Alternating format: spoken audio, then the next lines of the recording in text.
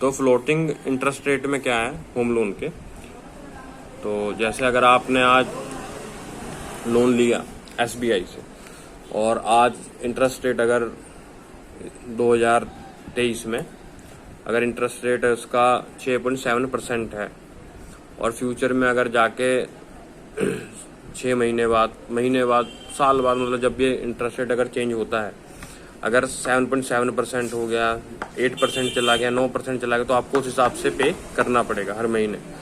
और वेरी करता है, टाइम के साथ चेंज होगा। और अगर मतलब चेंज हुआ, अगर बढ़ा तो आपको उस हिसाब से पे करना पड़ेगा, आपको ज़्यादा अमाउंट पे करनी पड़ेगी इंटरेस्ट पे। और अगर कम हुआ, जैसे 6.7% से 5% हो गया, 5.4% हो गया, 4% हो गया, तो आपको उस हिसाब से कम जो अमाउंट ऑफ इंटरेस्ट है वो पे करनी पड़ेगी। तो इस तरह ये काम करता है फ्लोटिंग इंटरेस्ट रेट। और दूसरा जो इसकी कैटेगरी है होम लोन की इंटरेस्ट रेट की, तो दूसरी कैटेगरी है जो फिक्स्ड इंटरेस्ट रेट। तो उसमें क्या होता है कि एक इंटरेस्ट रेट फिक्स होता है 6.7%, उसका मार्केट कंडीशन से, मार्केट इंटरेस्ट रेट से कोई लेना देना नहीं है। वो बढ़े कम हो, आपको उतना ही इंटरेस्ट रेट पे करना पड़ेगा। अगर कम हो गया तब भी आपको उतना इंटरेस्ट रेट पे करना पड़ेगा, अगर ज़्यादा हो गया तब भी आपको उतना इंटरेस्ट रेट पे करना पड़ेगा।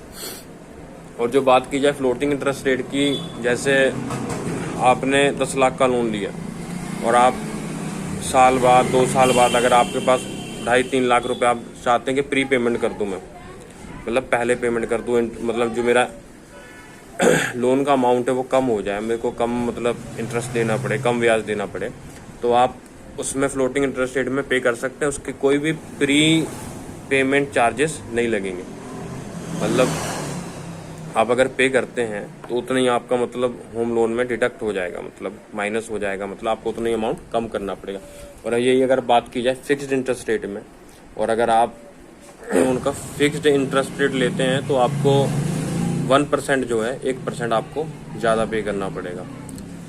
तो अगर मेरे हिसाब से अगर देखा जाए आपको कौन सा मतलब होम लोन लेना चाहिए, मतलब फिक्स्ड या फ्लोटिंग, तो आपको फ्लोटिंग इंटरेस्ट रेट लेना चाहिए होम लोन में। इसको आपको 1% कम भी पे करना पड़ेगा बाकी फिक्स्ड इंटरेस्ट रेट से। और इसके मतलब फ्यूचर में होम लोन के मतलब इंटरेस्ट रेट के कम होने के चांस ज़्यादा होते हैं बजाय बढ़ने के। अगर होम लोन के लिए फॉर्मेलिटीज़ की बात की जाए तो आपको जो गवर्नमेंट बैंक है उसमें बहुत सारी फॉर्मेलिटीज़ मतलब पूरी करनी पड़ती हैं। और जो रिटर्न, इनकम टैक्स के रिटर्न वगैरह हैं, और बहुत सारे डॉक्यूमेंट्स, मतलब हर तरह की फॉर्मेलिटी पूरी करनी पड़ती है। और जो प्राइवेट बैंक है उसमें फॉर्मेलिटीज़ कम होती हैं बट इंटरेस्ट रेट ज़्यादा होता है। और हर बैंक का इंटरेस्ट रेट अलग हो सकता है, वेरी हो सकता है, मतलब उनकी टर्म्स एंड कंडीशंस के हिसाब से। हर एक बैंक की टर्म्स एंड कंडीशंस अलग होंगी होम लोन को लेके। ड्यूरेशन है होम लोन की, आप मतलब 1 साल की भी होती है, 5 साल की, 10, 15, 20 और 30 साल की भी होती है। और अगर एज डिस्कस की जाए कि कम से कम एज कितनी होनी चाहिए होम लोन को लेने के लिए, कम से कम एज 18 होनी चाहिए और मैक्सिमम 70 एज का मतलब आपको 70 की एज तक आपको होम लोन पे करना पड़ेगा। इसके बाद आप एलिजिबल नहीं होंगे होम लोन के लिए। होम लोन लेने के लिए जब भी आपको मतलब जो अमाउंट मिलेगा बैंक से, तो उसकी आपको डाउन पेमेंट करनी पड़ती है।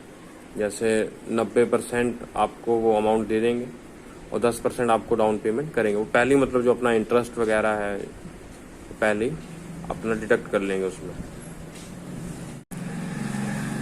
तो ये वीडियो यहाँ तक ही थी, और अगली वीडियो में थोड़ा डिटेल से एक्सप्लेन करते हैं कि मतलब होम लोन होता क्या है, और डिटेल में जानेंगे क्या क्या टर्म्स एंड कंडीशंस होती हैं प्राइवेट बैंक की, पब्लिक बैंक की, मतलब गवर्नमेंट बैंक की, क्या मतलब किस हिसाब से ये काम करता है।